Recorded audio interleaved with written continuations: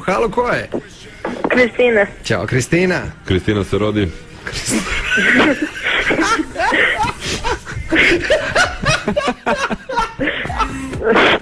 A koliko nisi normalan, da. Kristina. Ćao,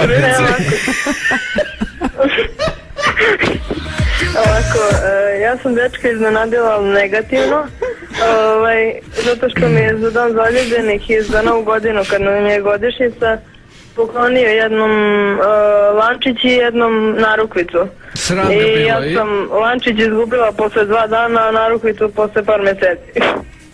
Pa tebi ne vredi kupovati, znaš. Ne vredi. A znaš ti koliko vam para pukao za to?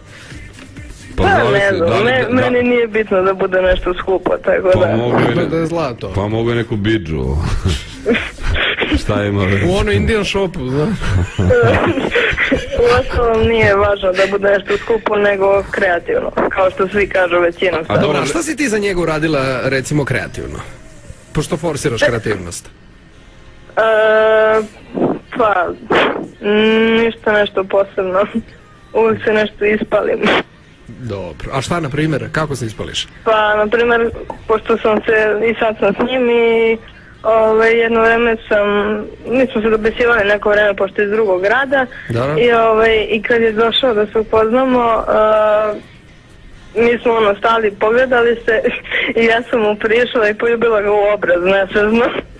A to je već bilo kao da se mi volimo, ne znam nija. Da, dobro. Kristina, hvala ti puno. Dobro da ga nisi poljubila usta, nema na čemu.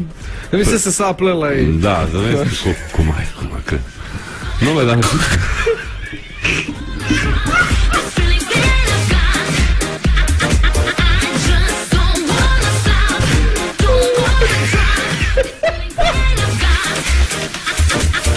Dakle, ako ne znate gde ćete večeras, klub Magatin za vas otvoren u subotu definitivno